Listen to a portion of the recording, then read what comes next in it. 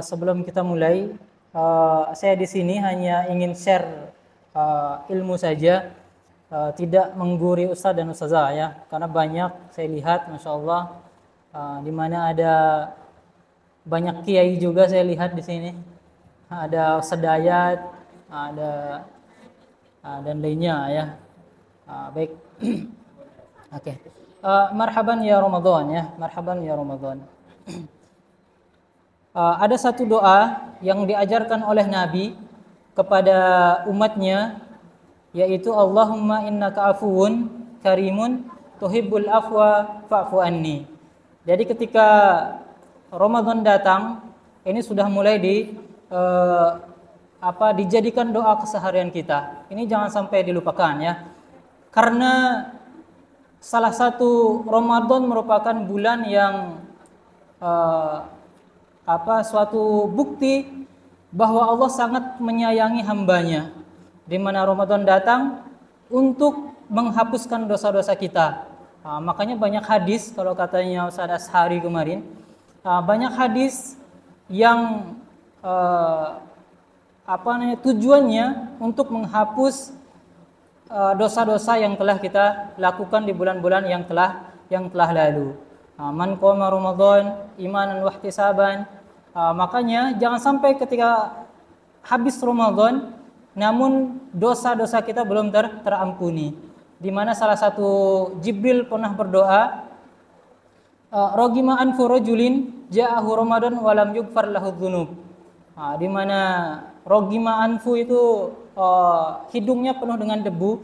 Maksudnya kalau dalam bahasa Arab khosiro ya, rugi. Rugi sekali orang yang datang di Ramadan tapi dosa-dosa yang telah dia lakukan sebelumnya belum pernah diampuni, tidak diampuni oleh Allah Subhanahu wa taala. Makanya doa ini wajib kita ulang-ulang di keseharian kita, terutama di bulan Ramadan ya. Allahumma innaka afuwun karim tuhibbul afwa fa'fu anni. Di mana artinya, ya Allah, sesungguhnya Engkau Maha memaafkan lagi Maha dermawan, mencintai, dan Allah mencintai sifat kemaafan ya. Maka maafkanlah diriku. Seharusnya sudah pada hafal ya. Baik, kita lanjut ke pembahasan tentang Ramadan ya.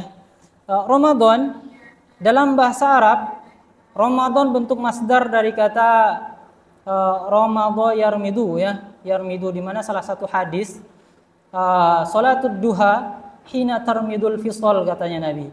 Di mana salat duha itu ketika panas matahari mulai menyengat. Itu waktu salat duha sekitar jam 9 sampai jam 10-an ya. Itu mulai menyengat. Makanya kata Ramadan, ar-ramad yang artinya siddah hararah. Siddatu hararatis syam, yaitu panasnya matahari ya. Ini dari segi bahasa. Ramadan dari segi bahasa. Di mana ketika di Arab dulu dinamakan Ramadan karena ketika itu sedang musim panas. Kemudian apa hubungannya dengan Ramadan yang sekarang ini? Banyak ulama yang mengatakan bahwa salah satunya karena saat bulan Ramadan cuaca sangat panas. Sangat panas. Ini secara hakiki ya, secara hakiki. Kalau dalam bahasa Arab ada namanya hakikoh, ada namanya majazi, secara majaz ya. Kemudian yang kedua, secara majaznya membakar semua dosa, maksudnya diampuni semua dosa yang telah dia lakukan sebelumnya. Maka dinamakanlah Ramadan. Jadi Ramadan datang untuk menghapuskan semua dosa yang telah kita kerjakan di bulan-bulan yang telah lalu. Kemudian dinamakan Ramadan juga karena tenggorokan saat berpuasa itu rasanya kering, kering dan agak panas. Apalagi kalau bicara agak panas terasa. Kemudian ada yang mengatakan karena hati cepat terpengaruh dengan nasihat kebaikan di bulan Ramadan. Tiba-tiba semuanya terlihat kebaikan terlihat terasa mudah ya, terasa mudah untuk dilakukan di bulan Ramadan. Makanya ulama memberikan nama bulan, yaitu bulan Ramadan. Sampai di sini ada yang bertanyakan? Ustaz saja paham ya? Baik, kita sekarang ke keutamaan bulan Ramadan ya. Bulan Ramadan menjadi salah satu bulan yang paling mulia itu karena Al-Qur'an. Nah, karena di dalam Ramadan diturunkannya Al-Qur'an. Jadi semua yang berhubungan dengan Al-Qur'an menjadi mulia. Jadi jangan sampai Al-Qur'an mulia karena diturunkan Ramadan, ini salah ya. Tapi Ramadanlah yang mulia karena di dalam bulan Ramadan diturunkannya Al-Qur'an. Jadi semua yang berkaitan dengan Al-Qur'an pasti akan menjadi mulia.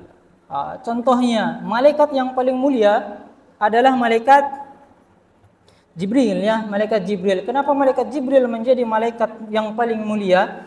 Karena Jibril yang menyampaikan wahyu Al-Qur'an ya, melalui perantara malaikat Jibril alaihi salam. Begitu juga Nabi Muhammad. Nabi Muhammad menjadi nabi yang mulia karena pada Nabi Muhammad diturunkannya Al-Qur'an.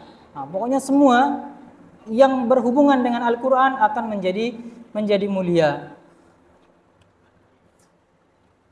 Baik, salah satu keutamaan Ramadan yaitu bulan yang diturunkannya Al-Qur'an. Nah, makanya seperti yang tadi saya bilang, Ramadan menjadi mulia karena diturunkan di dalamnya Al-Qur'an. Nah, Al-Qur'an turun berapa Ramadan? Al-Qur'an turun Ustaz saja bulan berapa? 17 Ramadan ya, 17 Ramadan.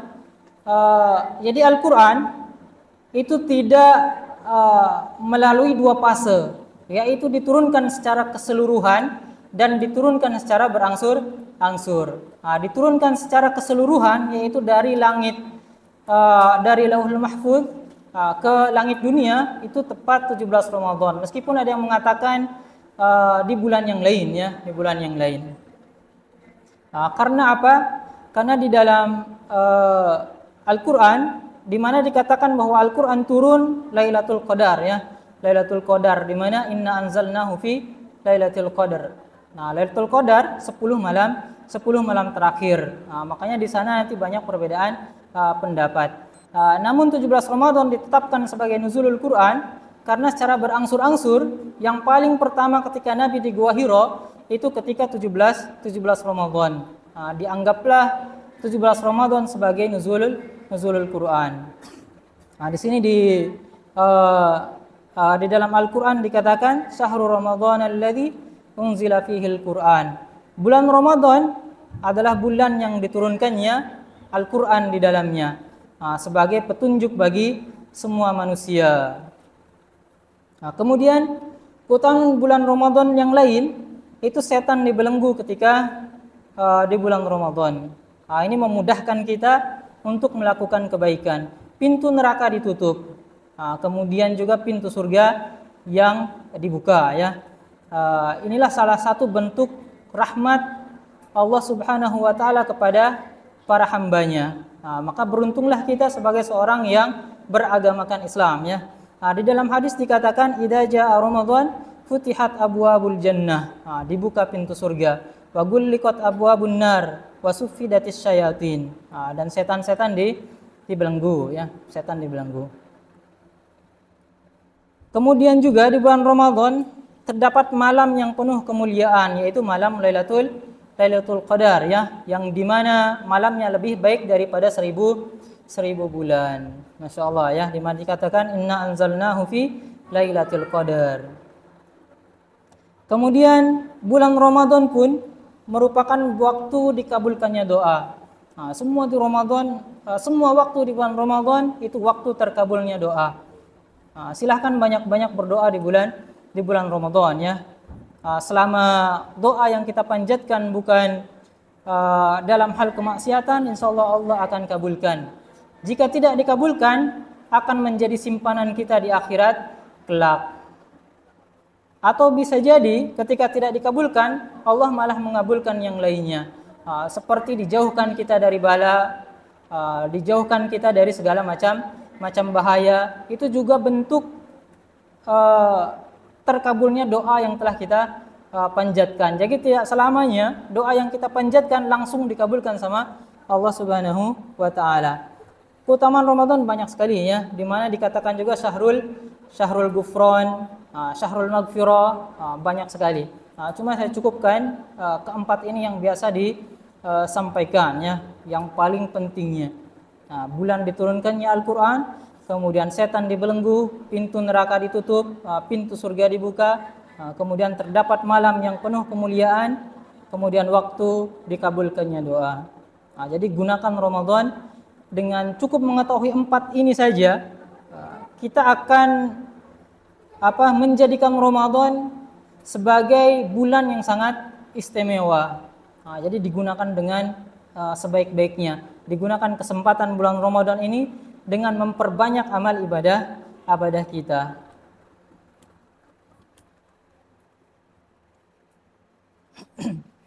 Baik, kita masuk ke fikih ya. Kita masuk ke fikih.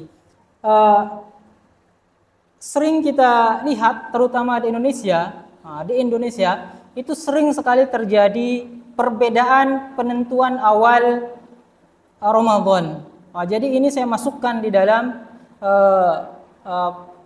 di dalam slide supaya nanti ustaz-ustazah bisa menjelaskan kepada teman atau kepada siswanya nantinya.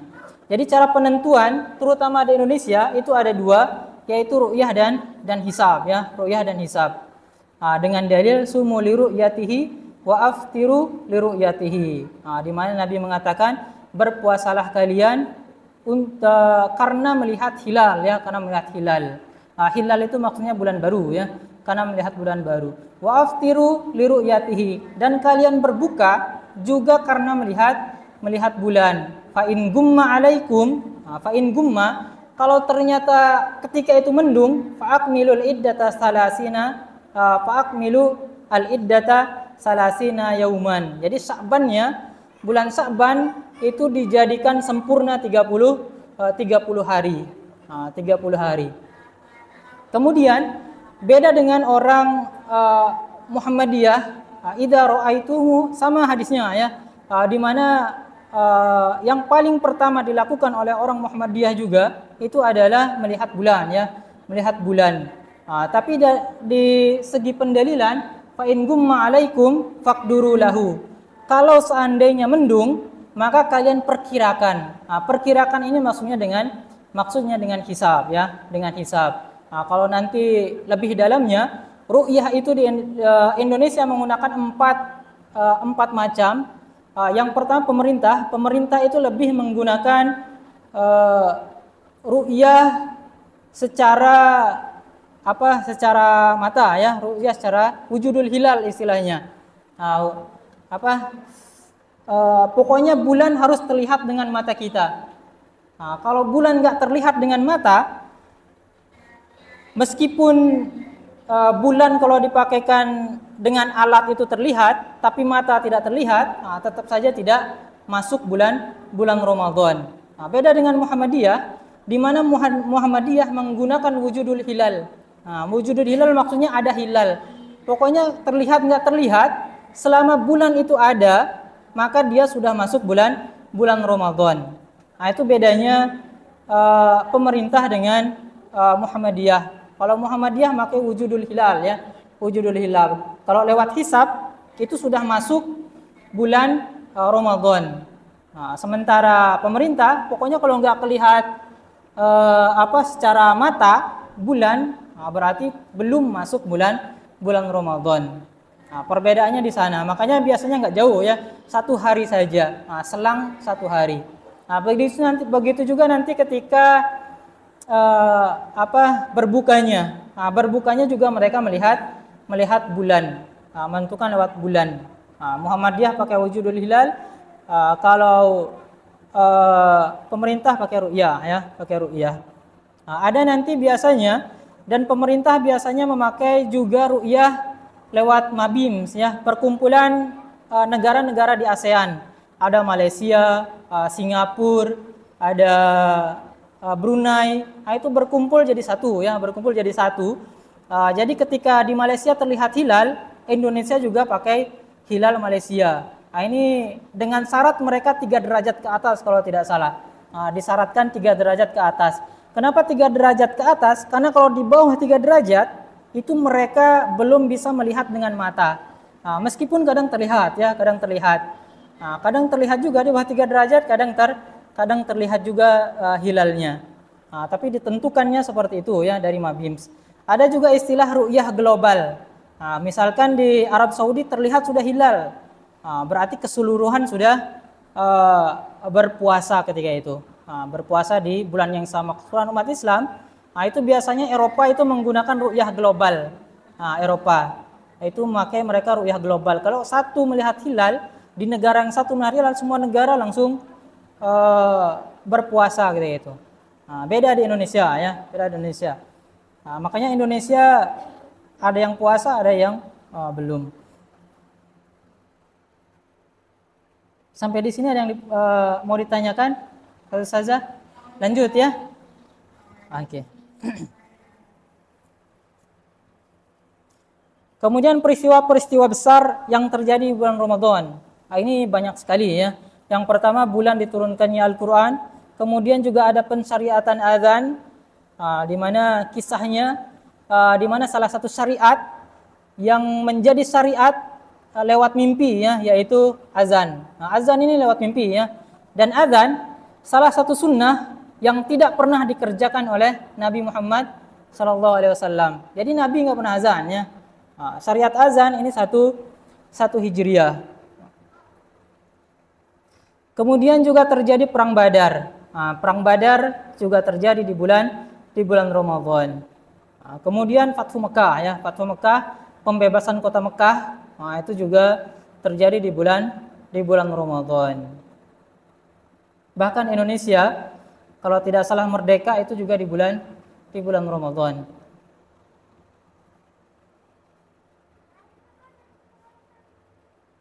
Baik, sebelumnya ada yang mau tanyakan Ustazah? Kalau ada yang belum dipahami, saya sering kalau sama anak-anak sedikit menyampaikan, membuka pertanyaan supaya ketika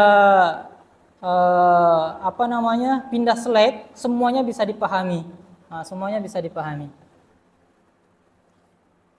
Jika ada yang belum dipahami bisa ditanyakan Ustazah. Bisa langsung ya.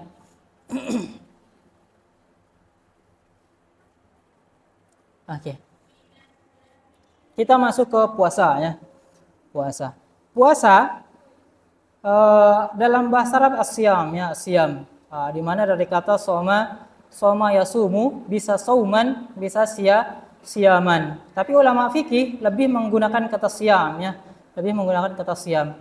Kata siam artinya al-imsak mutlaqon ya, al-imsak mutlaqon. Di mana salah satu dalilnya ketika Maryam ditanya di surat Maryam, inni nadartu lirrahmani sauma, kata Maryam, falan ukallimal yauma insiya. Jadi Maryam tidak mau ditanya karena sudah bernazar sama Allah bahwa dia tidak mau berbicara. Jadi kata saum di sana dia menahan dari berbicara. Bukan puasa ya, bukan artinya puasa, bukan menahan dari hawa nafsu dan semua yang membatalkan puasa. Tapi kata sauman di surat Maryam itu artinya menahan untuk tidak berbicara. Jadi al-imsak mutlaqan, menahan mata kita dari melihat yang haram juga puasa namanya. Pokoknya secara mutlak ya, secara keseluruhan. Kemudian untuk istilah itu ada imsakun makhsusun an syai'in makhsus fi zamanin makhsus min syakhsin makhsus. Ada juga yang mengatakan al-imsak min jami'il muftirat ya, al-imsak min jami'il muftirat min tulu'il fajri ila ghurubis syams. Tapi di sini lebih umum saja, lebih mengglobal, lebih menyeluruh.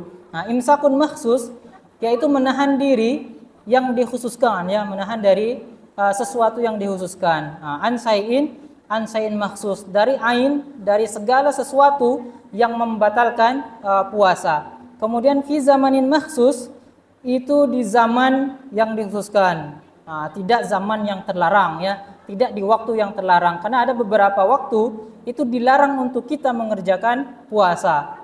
Nanti ada misalkan Idul Fitri, Idul Adha, ini haram ya. Yang berpuasa di Idul Fitri dan Idul Adha maka dia berdosa. Kan haram berpuasa di Idul Fitri, Idul Adha, Ayyamut Tasyrik, kemudian ada Yaumus Sabt, hari ragu-ragu apakah masuk Ramadan atau tidak. Kemudian juga puasa setengah dari bulan Sya'ban, itu juga termasuk puasa yang dilarang. Oke, menurut istilahnya yang paling gampangnya menahan dari segala hal yang membatalkan puasa ya. Membatalkan puasa baik dari perut maupun farj ya, farj. Nah. Kemudian dari kapan? Dari terbitnya fajar hingga terbenamnya matahari dengan niat khusus ya, dengan niat yang khusus. Biniyatin makhsusatin.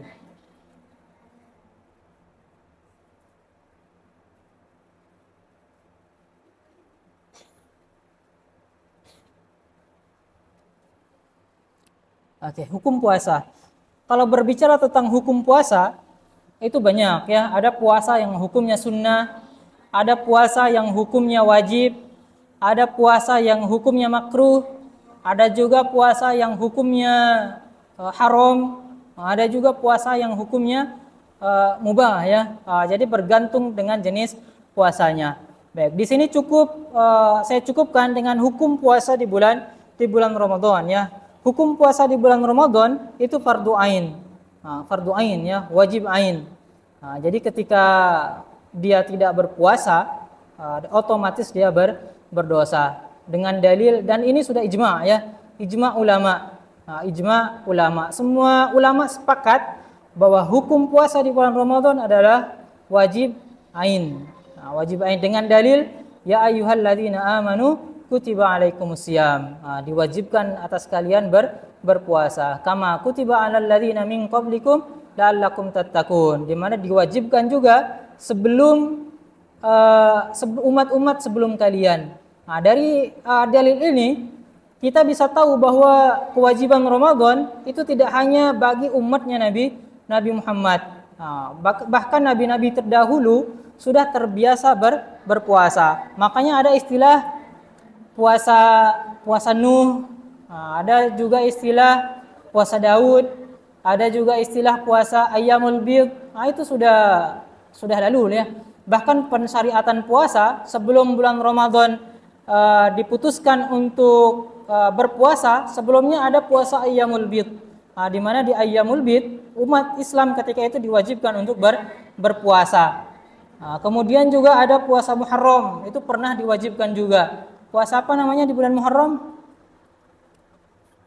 Asyura ya, puasa Asyura, puasa 10 Muharram, atau istilahnya puasa Musa ya, puasa Musa. Di mana ketika itu Musa diselamatkan dari kejaran Firaun.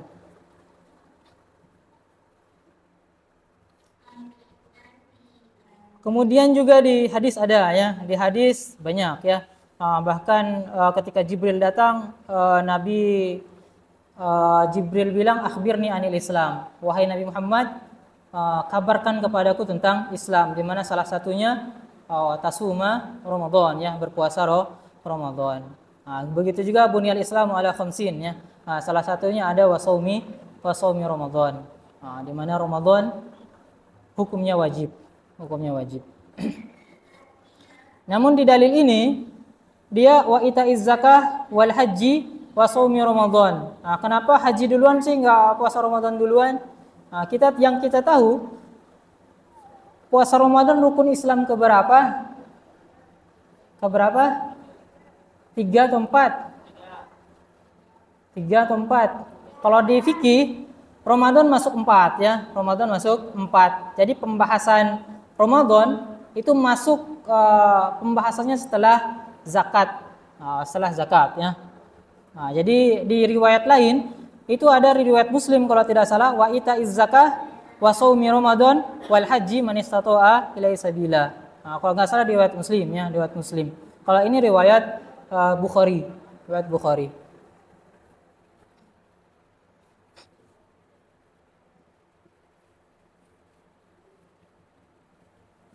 Oke, hukum meninggalkan puasa di bulan Ramadan.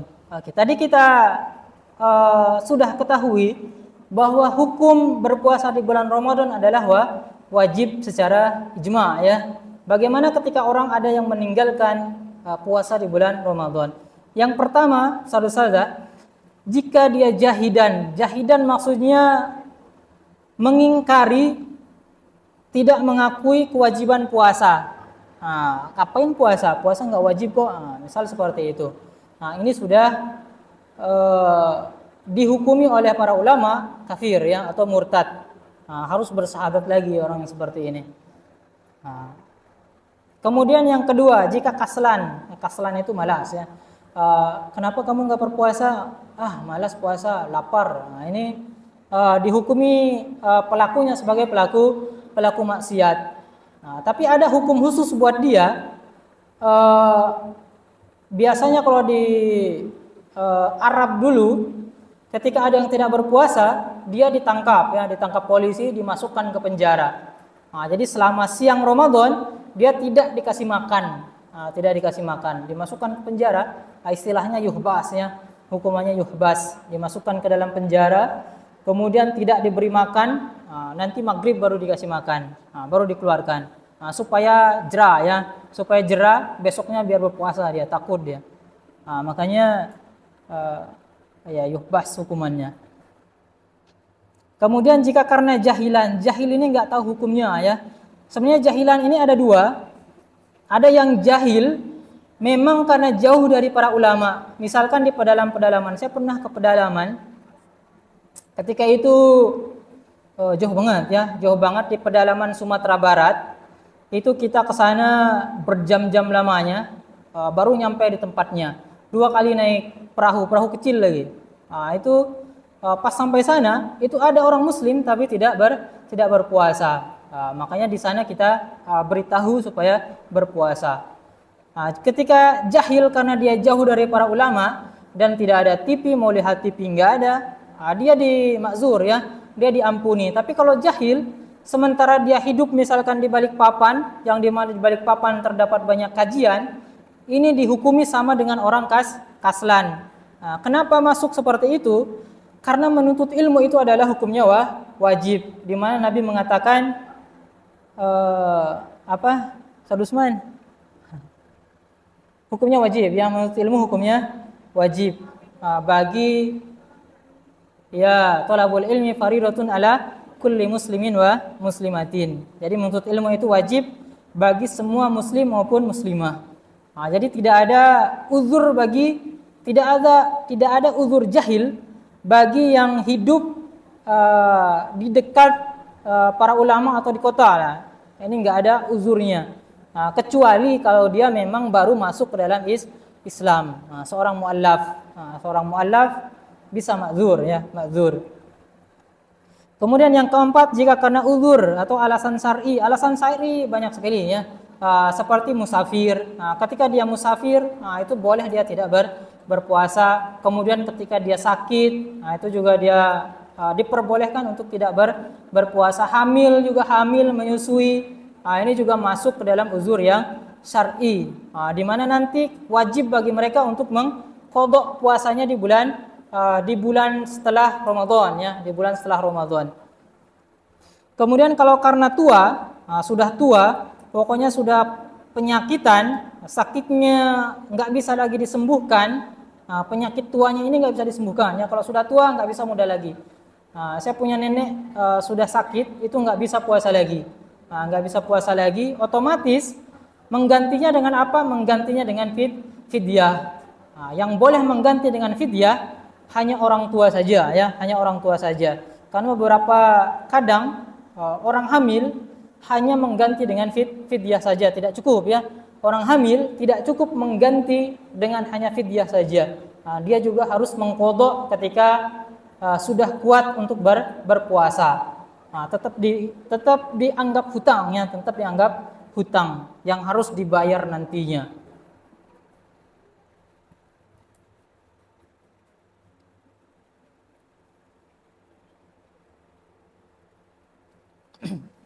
Oke, masuk ke syarat puasa ya. Syarat puasa itu ada 2. Ada syarat wajib, ada syarat sah. Bedanya di mana? Beda ya, dua-duanya beda. Jadi kalau syarat sah, kalau ini tidak terpenuhi, maka puasanya tidak sah. Tapi kalau syarat wajib, dia sudah langsung dihukumi wajib, sudah kena istilahnya dalam fikih itu sudah jadi mukallaf, sudah dibebani hukum. Syarat wajibnya salah satunya ada Islam. Jadi harus muslim ya. Berarti kalau dia seorang kafir bukan muslim, otomatis dia tidak diwajibkan bagi dia untuk berpuasa. Mau berpuasa, ya puasanya tidak sah nantinya. Itu syarat sah ya. Makanya Islam ini masuk syarat wajib, masuk juga syarat sah. Kemudian yang kedua ada balik. Balik ya. Kalau belum balik, belum wajib bagi dia untuk berpuasa. Kalau belum balik ya. Kemudian berakal.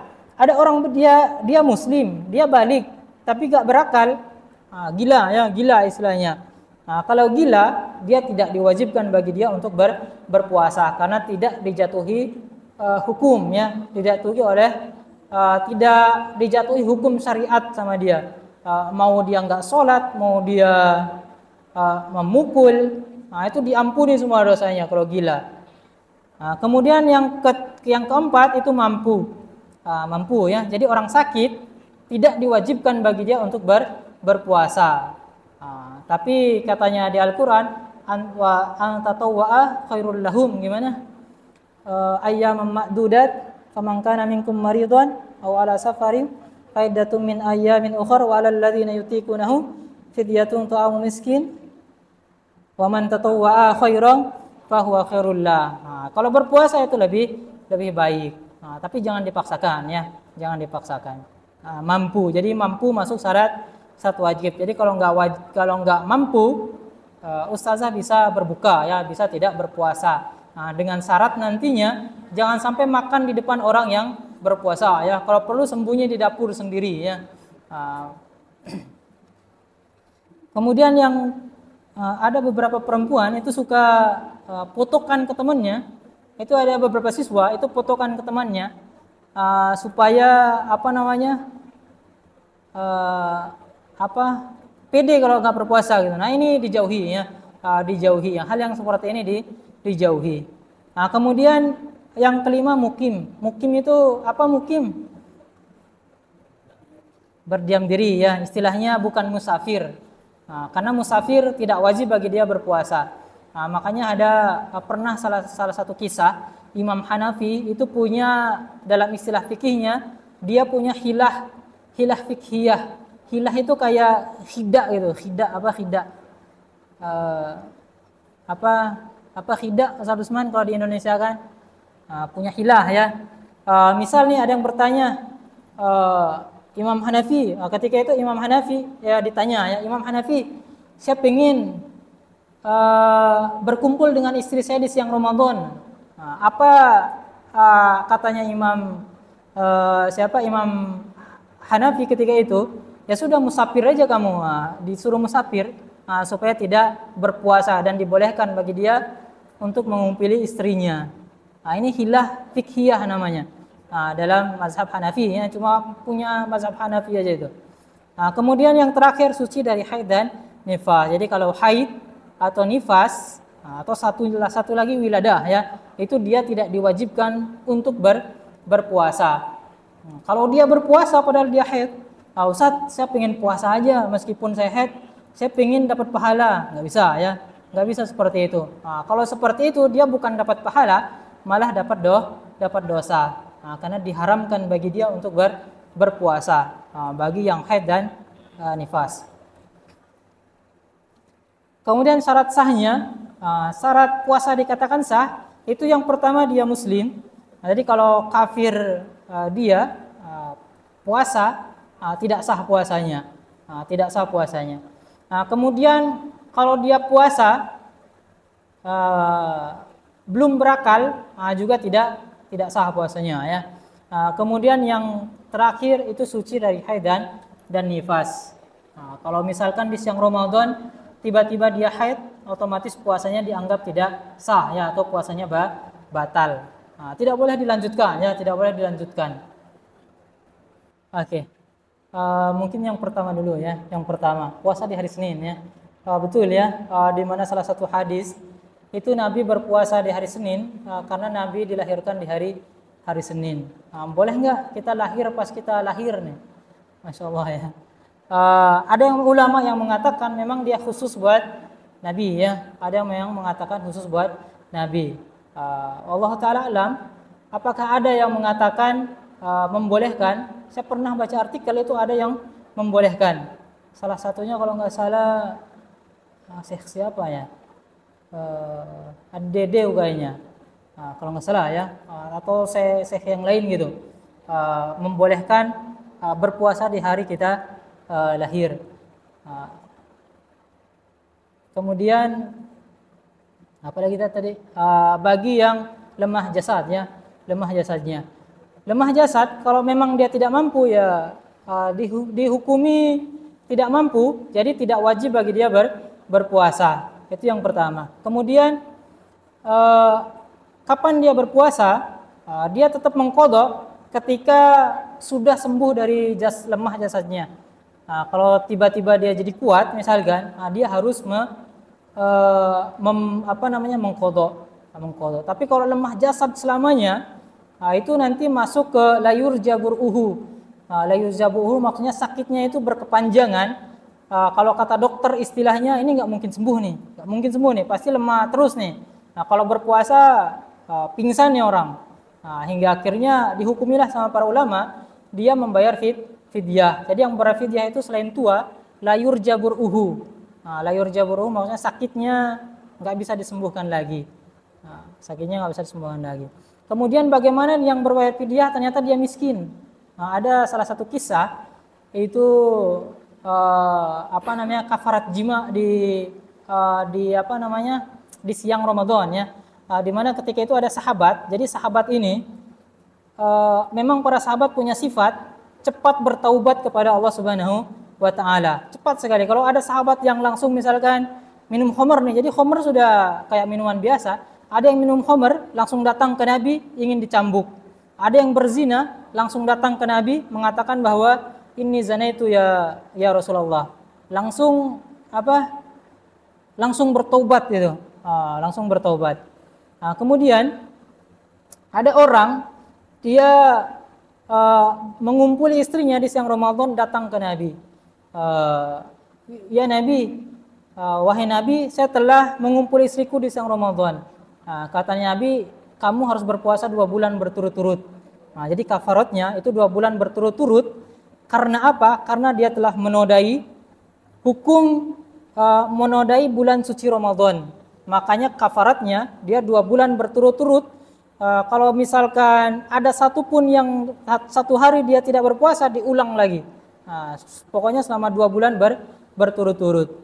Ini kafaratnya bagi yang mengumpuli istrinya di siang Ramadan secara amdan. Kalau dalam mazhab Syafi'i itu ada amdannya. Amdan, zakiron sama aliman. Syaratnya ada 3. Tapi di mazhab lain dia tidak pakai amdan. Karena tidak ada istilah lupa. Tidak ada istilah lupa di mazhab lain. Kalau mazhab Syafi'i ada. Kemudian orang ini bilang kayak gini, ya Rasulullah, saya ini 1 hari saja nggak mampu ya Rasulullah. Bagaimana dengan 2 bulan berturut-turut? 1 bulan saya nggak mampu katanya. Hingga akhirnya Rasulullah disuruh ya sudah, kamu kalau nggak salah langsung it'am, memberi makan fakir miskin. Terus katanya, ya Rasulullah, saya miskin, saya nggak punya uang katanya. Nggak punya uang orangnya, mau fidyah nggak ada uangnya. Hingga akhirnya Rasulullah bilang, adakah yang ingin bersedekah di antara kalian? Para sahabat, hingganya ada sahabat yang membawa kalau nggak salah 1 karung kurma atau gandum begitu, kurma sepertinya. Pas itu sekarang katanya Nabi ke orang ini, sekarang kamu infakkan ke orang miskin, orang fakir sama miskin. Terus kata dia, ya Rasulullah, nggak ada orang paling miskin selain saya ya Rasulullah. Hingga akhirnya ya sudah buat kamu saja katanya Nabi. Jadi buat dia itu kurma, sekarung itu. Itu bagaimana kalau dia nggak mampu membayar fidyah? Jika dia punya saudara, bisa lewat saudaranya. Jika dia nggak punya saudara juga karena hidup sebatang kara misalkan, saking miskinnya, saudaranya juga miskin atau semisalnya, otomatis ya fattaqullaha mastata'tum, jadi bertakwalah sesuai dengan kemampuan kalian. Kalau ada yang bersedekah kepada dia, nanti dia infakkan ke orang fakir miskin. Ya, selama dia berakal maka puasanya sah ya. Tapi karena belum balik, otomatis nantinya pahalanya itu ke orang tua, karena telah mendidik anaknya dengan baik. Pahala puasanya ke orang tua, penyebabnya karena dia telah mendidik anaknya dengan baik. Makanya kalau di hadis itu 7 tahun sudah diperintahkan untuk mulai sholat. Begitu juga di puasa ya, 7 tahun sudah mulai diperintahkan untuk puasa. 7 tahun. Tapi tidak dipaksa ya, tidak dipaksa. Kalau kamu nggak puasa saya pukul, ini nggak bisa. Nggak bisa karena belum dijatuhi hukum ya, belum dijatuhi mukallaf. Beda dengan yang sudah mukallaf, yang sudah dibebani hukum. Kalau anak kecil tidak boleh dipukul. Kecuali nanti kalau sudah 9 tahun, itu mulai dibolehkan memukul, tapi dengan tidak keras-keras ya, tidak keras-keras. Ada orang tua kadang mukul, masya Allah, ngeri ya, sampai merah-merah anaknya dipukul. Ini tidak diperkenankan ya, karena memang aslinya mereka tidak dibebani hukum. Mau ngapain pun terserah mereka. Tapi kita sebagai orang tua juga harus mendidik dengan baik. Semisal kita ajak dia ke masjid, tapi dengan syarat dia tidak boleh ribut di dalam masjid. Nanti sholatnya kemana? Pahala sholatnya ke orang tua. Begitu semua hukumnya ya Ustazah. Tidak hanya puasa ya, tidak hanya puasa. Allah Ta'ala alam. Ada lagi satu saja? Lanjut ya.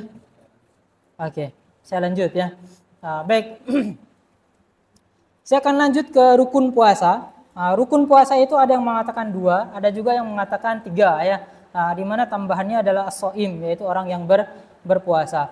Oke, di sini saya masukkan 2 karena yang satunya ketika dia sudah berniat, dia sudah masuk orang yang berpuasa ya. Makanya para banyak ulama, apalagi di buku-buku fikih yang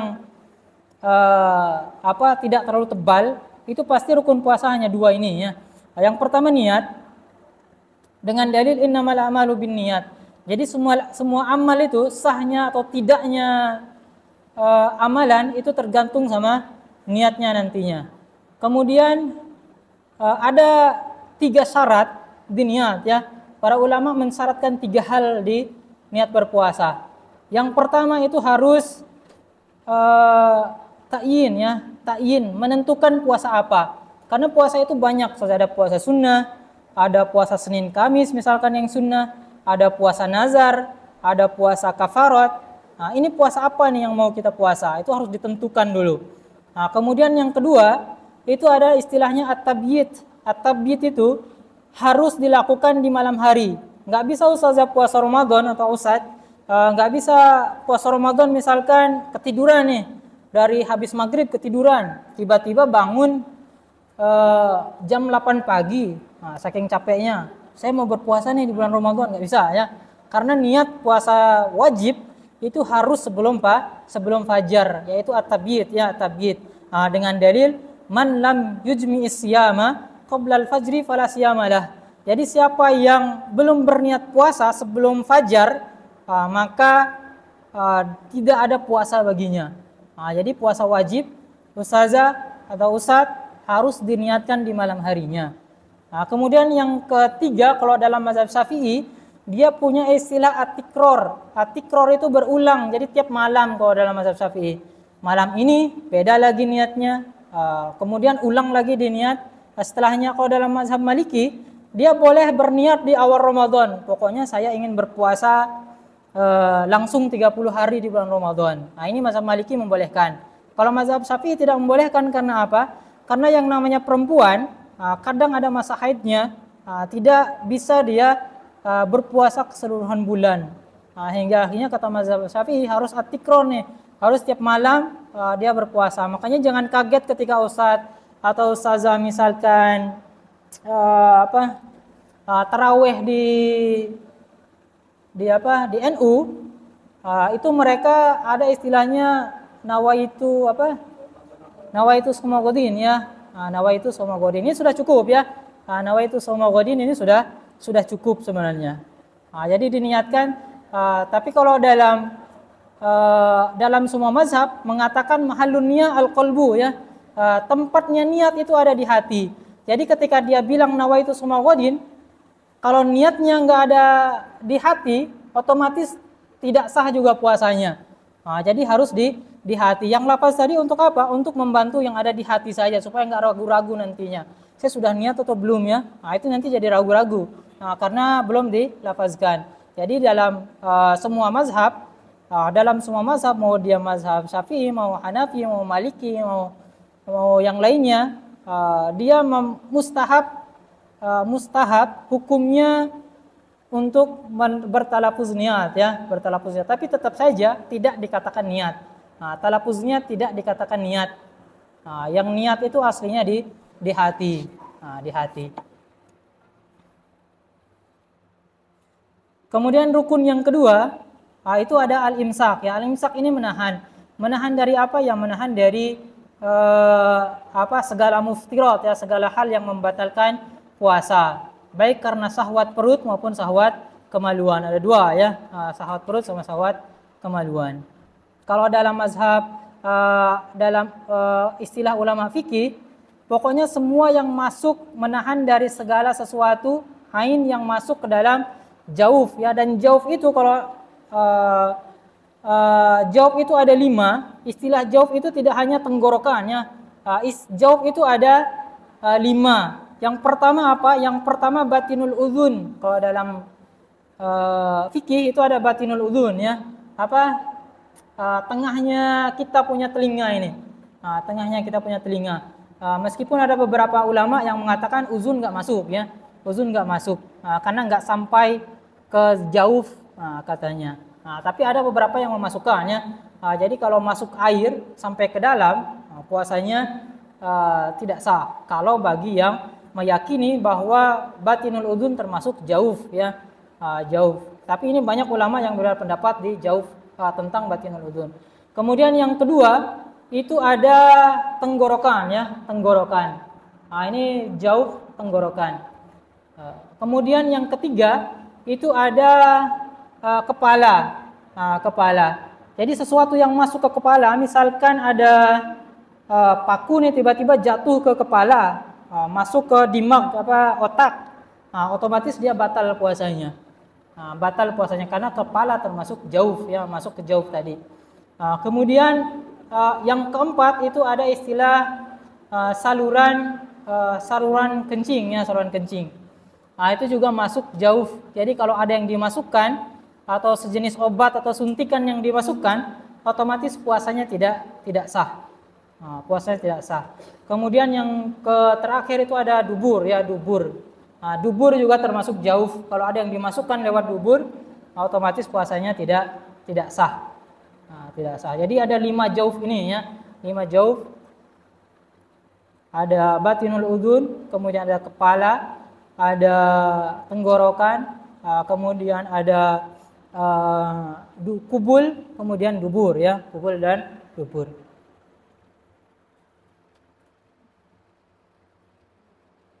Oke, dari kapan kita menahan? Ya dari terbit fajar sampai tenggelamnya matahari ya.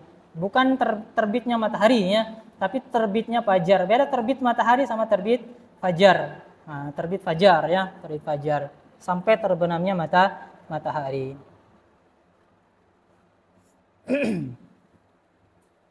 Dengan dalil waqulu wasrabu hatta yatabayyana lakumul khaytul abyadu minal khaytil aswadi minal fajr. Summa atimmus siyama, hilang atimunya. Atimunya ke sini ya. Summa atimmus siyama ilal lail seharusnya ya.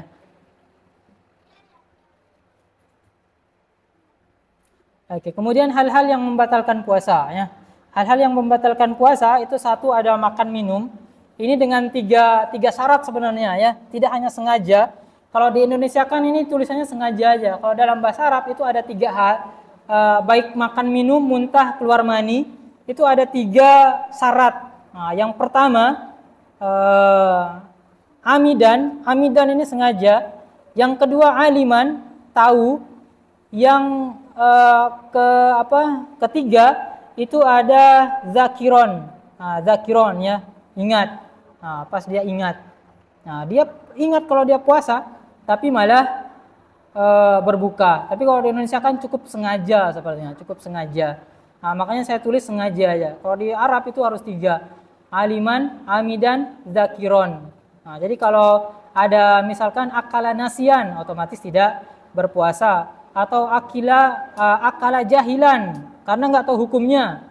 Nah, itu berarti dia tidak dijatuhi hukum. Atau akala makruhan, dipaksa. Nah, ada beberapa orang puasa karena dia kerja misalkan di rumahnya atau kerja di sebuah perusahaan, kamu pokoknya nggak boleh puasa.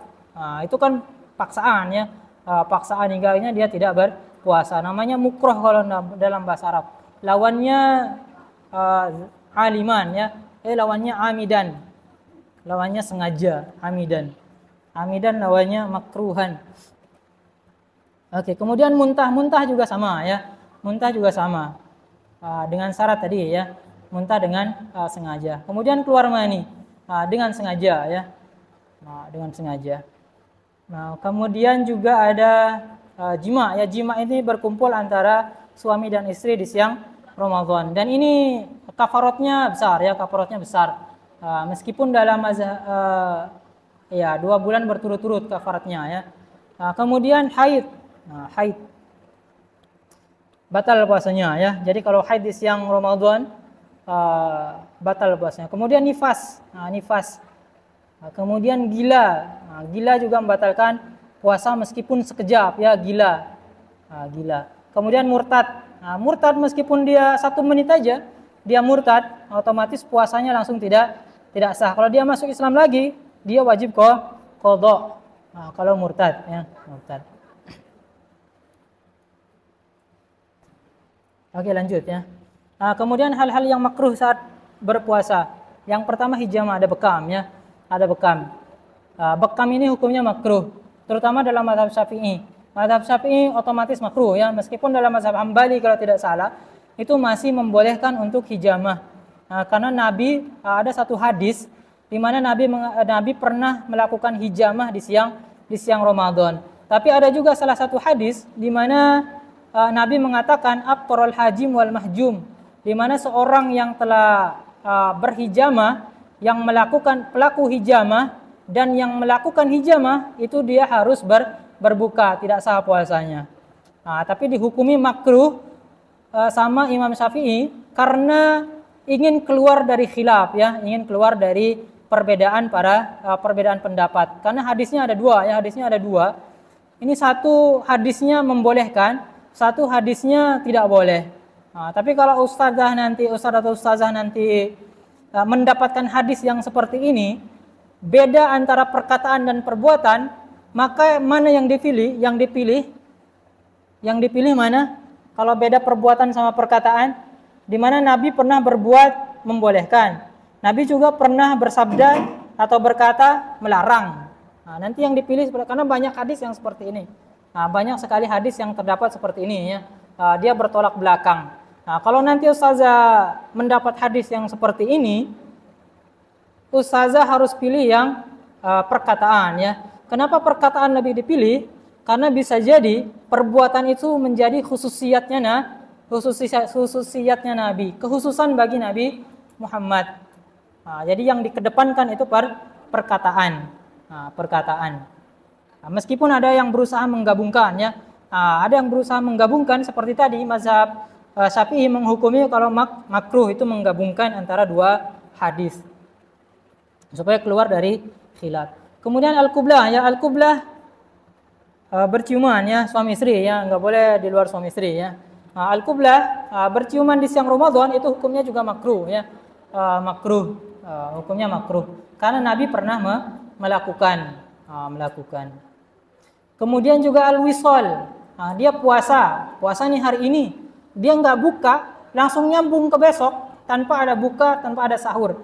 Ini namanya al-wisal. Ini juga hukum puasanya makruh ya, makruh. Kemudian siwak atau sikat gigi.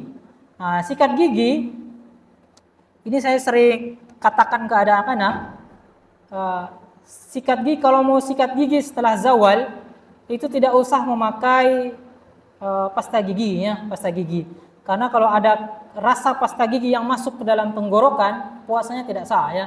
Pasta gigi, rasa pasta gigi yang masuk ke dalam tenggorokan itu tidak sah puasanya. Dihukumnya tidak sah.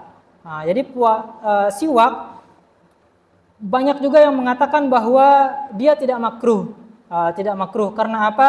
Dengan dalil laula an asyqa ala ummati la amartuhum bisiwaki inda kulli wudu'in. Di mana kalau tidak memberatkan bagi umatku, itu saya suruh umatku untuk selalu bersiwak ketika dia mau berwudu. Ini dalil bahwa ada yang membolehkan bersiwak ya, bersiwak. Bersiwak. Tapi sikat gigi pakai pasta gigi saya tidak menyarankan ya, tidak menyarankan.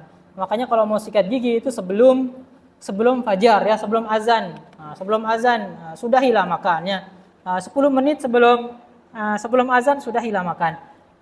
Kita bersiap-siap buat berangkat ke masjid, terutama yang ikhwan ya. Bersiap-siap berangkat ke masjid, kita sudah sikat gigi, kita sudah rapi, kita bisa mendapatkan 2 rakaat sebelum subuh. Sebelum subuh. Jadi 10 menit sudahi makan, kita siap-siap, semuanya dipersiapkan, sudah bersih, sudah sikat gigi, tinggal berpuasanya ya. Kemudian yang keempat itu ada mencicipi makanan. Mencicipi makanan ini tanpa darurah ya, tanpa darurah. Ada perempuan yang nggak bisa masak misalkan, dia mau mencicipi boleh ya, tapi tidak ditelan. Tidak ditelan. Nanti dia cicipi, dia telan, oh enak, telan itu nggak bisa ya, nggak bisa. Otomatis puasanya tidak sah. Jadi mencicipi boleh. Dan khusus perempuan ya, kalau laki-laki kayaknya nggak usah masak, nggak usah masak. Iya, kalau Ustaz Usman sudah zuhibroh, beliau ini sudah terbiasa masak, jadi sudah nggak butuh dicicipi lagi. Saya punya ibu itu nggak pernah namanya nyicipi makanan. Istri saya juga nggak pernah nyicipi makanan. Saya kira juga istrinya Ustazah itu nggak pernah nyicipi makanan ya. Kalau memang nggak darurat nggak usah ya. Tapi ada kadang yang ragu karena dia terutama perempuan yang pengen nikah, kalau istilahnya di Indonesia, itu biasanya takut keasinan ya, takut keasinan. Boleh dicicipi, tapi jangan ditelan. Habis dicicipi diludahkan ya. Kemudian ar-rabsu, berkata buruk ini haram ya, haram. Nggak boleh berkata buruk di bulan di siang Ramadan. Tapi dia mustahab untuk ditinggalkan, disunnahkan untuk ditinggalkan di bulan Ramadan. Ar-rabsu, berkata buruk, menggibah, terus memfitnah, namimah dan kawan-kawannya. Ini diharamkan ya, dijauhi yang seperti ini, baik di Ramadan maupun di luar Ramadan. Oke. Ini yang terakhir kayaknya. Oke, banyak hal yang disunahkan ketika berpuasa ya. Yang pertama sahur. Sahur ya. Tasaharu fa inna fis sahuri al-barakah. Jangan sampai lupa sahur Ustazah. Ini kalau bisa saya wajibkan ini sahur ini. Supaya tidak ada istilah nanti di tengah Ramadan saya nggak kuat gara-gara nggak sahur. Yang disalahkan nanti gara-gara nggak sahurnya. Ini bersahurlah supaya dapat berkah minimal ya, dapat berkah. Atau kalau sunnahnya itu takhirus sahur, jangan sahur jam 10 malam, belum sahur ini namanya. Sahur itu takhirnya ya, takhir itu dari kapan mulainya? Kalau kata ulama dari nisfil lail ya, dari nisfil lail. Nisfil lail berarti jam berapa? Kalau malamnya mulai jam 6, jam 12 ya, jam 12 jam 1 lah, itu sudah mulai nisfil lail. Dibolehkan sudah bersahur jam 1 ya, jam 1 karena sudah masuk takhirus sahur. Kalau lebih sunnahnya lagi diakhirkan lagi. Kalau mau jam 4 Ustaz, sekarang jam 5 misalkan, jam 5 azan, ya jam 4 lah sudah mulai sahur. Atau mulai masak lah, biar jam setengah 5 mulai makan. Nah, itu juga bisa ya. Lebih diakhirkan lebih sunnah. Kalau sudah 10 menit, sisa 10 menit, ya sudah selesaikan, ya selesai. Nah, jangan masih 10 menit baru makan. Nanti kita cepat-cepat makan keselak, nggak sempat minum sudah azan. Ini parah nanti. Makanya 10 menit atau 5 menit sudah selesaikan makannya. Mulai mandi, kalau istilah kalau suami istri misalkan malamnya jima, ya mandinya sebelum fajar, ya disunahkan mandi sebelum fajar. Di sini nggak ada ya. Banyak sebenarnya sunahnya ya. Ini saya singkat aja Mas. Ada takhirus sahur, ada mandi sebelum fajar, itu juga termasuk sunnah saat berpuasa. Kemudian perbanyak sedekah ya. Ini jarang yang dilakukan ya. Manusia itu tabiatnya manusia itu pelit. Kalau nggak dibiasakan sedekah, nggak akan jadi dermawan dia. Karena tabiatnya pelit. Katanya Allah apa? Allah Akbar, lupa. Lupa di surat Al-Insan ya. Di surat Al-Insan ada. Lupa. Ada ya. Tabiatnya manusia itu kalau diberikan kenikmatan sama Allah, dia nggak mau mengeluarkan, dia nggak mau berinfak. Jadi kalau nggak dibiasakan bersedekah, itu akan jadi pelit selamanya. Jadi biasakan bersedekah minimal 1 pekan sekali lah. 1 pekan sekali. Kalau ada kotak amal Jumat, masukkan di sana uang kita. Masukkan uang. Kalau perempuan nitip sama suaminya, nitip infak nih, nitip sedekah. Kalau bisa 100.000. Tapi yang paling penting adalah niatnya ya. Niatnya ikhlas. Jangan niatnya karena supaya dipuji sama suaminya, enggak ya. Niatnya ikhlas. Dengan dalil kanan Nabi ajwadun nasu bil khair. Jadi Nabi ini memang suka bersedekah meskipun di luar Ramadan.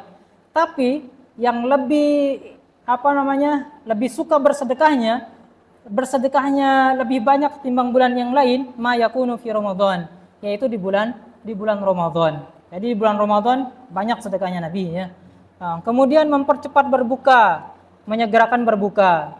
Ini la yazalun nas bi khairin ma'ajjalul fitra. Jadi segerakan berbuka ya. Tapi dengan syarat ya, harus memang yakin kalau matahari sudah terbenam. Kalau masih ragu nggak boleh ya, kalau masih ragu nggak boleh untuk berbuka. Harus yakin baru boleh menyegerakan berbuka. Kemudian disunahkan juga berbuka dengan kurma. Idza aftara ahadukum falyuftir ala tamrin, katanya. Kalau nggak ada tamar, seharusnya rutob ya, ala rutobin. Kalau nggak ada rutob, tamar. Kalau ada tamar, air putih. Kalau nggak ada air putih, terserah saudara mau apa. Bahkan ada ulama yang berpendapat, terutama ulama Yaman, ini suka berpendapat menyelisih pendapat ulama-ulama yang di Arab Saudi, ulama Yaman. Ketika ditanya sunnah nggak kita berbuka dengan kurma, katanya nggak sunnah.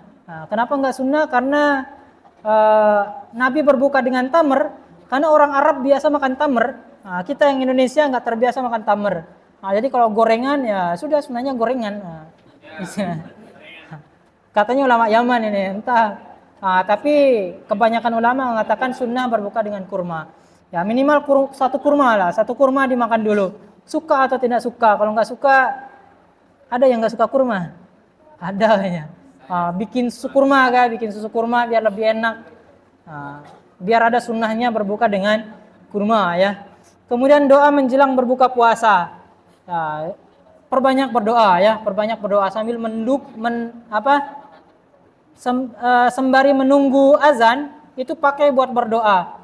Katanya Nabi, inna shaim inda fitrihi da'watun la turad.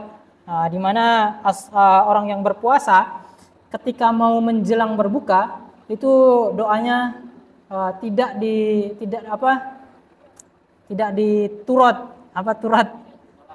ditolak sama Allah Subhanahu wa taala. Perbanyak berdoa menjelang puasa.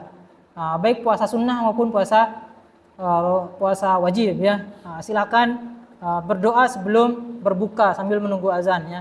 Doa semaunya, mau dunia mau akhirat silakan ya. Kalau bagusnya gabung dunia sama akhirat aja. Minta kebaikan dunia dan akhirat. Kemudian ada juga memberi makan orang yang berpuasa. Ini juga sunnah nih. Disunnahkan memberi makan orang yang berpuasa. Kemudian membaca dan tadarus Al-Quran. Ini yang paling harus dikedepankan ya. Membaca puasa. Ada yang sudah hatam. Sadusman, berapa kali sudah hatam? Beliau ini kayaknya sudah 5 kali nih. Karena beliau sudah 5 kali tuh. Baru jadi tiap 2 hari ya. Tiap 2 hari insya Allah. Jadi karena membaca Al-Quran ini sebenarnya tergantung kebiasaan kita. Kalau di luar Ramadan beliau terbiasa membaca Al-Quran, misalkan sepekan tamat, nanti di Ramadan pasti 2 hari langsung tamat. Dia lebih pokoknya amalan di bulan Ramadan itu lebih banyak ketimbang di bulan lainnya. Oke, mungkin hanya ini lagi yang saya sampaikan. Mungkin ada yang pertanyaan, silakan ya.